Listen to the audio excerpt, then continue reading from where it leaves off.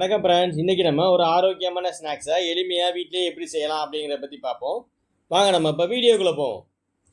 முதல்ல நம்ம மாவை நல்லா சலிச்சுக்குவோம். இப்போ சலிச்சு வச்ச மாவு நமக்கு தயாராகிருச்சு.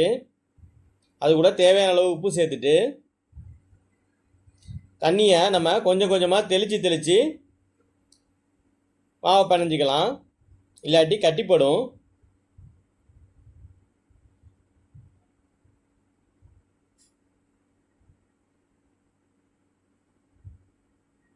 இதை நம்ம ஒரு அரை மணி நேரத்திலேயே அருமையாக செஞ்சிடலாம்.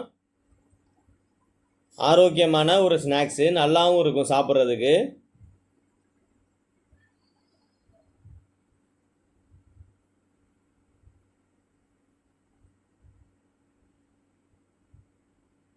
இப்போ நம்ம அது கூட கொஞ்சம் தேங்காய் பூ ஆட் பண்ணிக்குவோம்.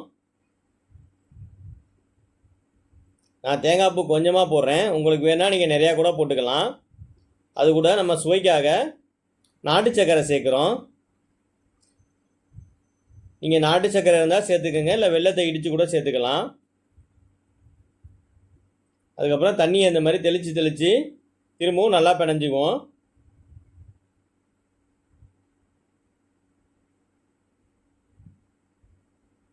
இப்போ நமக்கு மாவு ஓரளவுக்கு தயாராகிருச்சு, உங்களுக்கு பார்த்தாலே தெரியும். இப்போ நம்ம இட்லி சட்டியில் துணி போட்டுட்டு இதை கொழுக்கட்டையாக பிடிச்சி அடிக்கிடலாம்.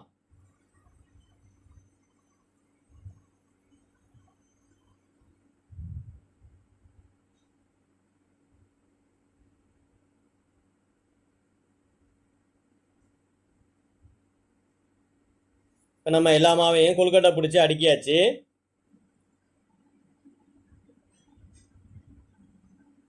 மூடி போட்டு நம்ம ஒரு அரை மணி நேரம் நல்லா வேக விட்டுருவோம்.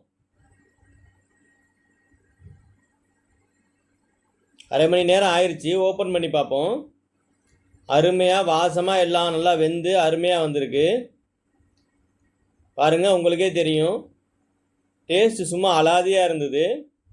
இதே மாதிரி நீங்களும் வீட்டில் செஞ்சு பாருங்கள். ஈவினிங் ஸ்நாக்ஸுக்கு பசங்களுக்கு அருமையான ஒரு ஸ்நாக்ஸு.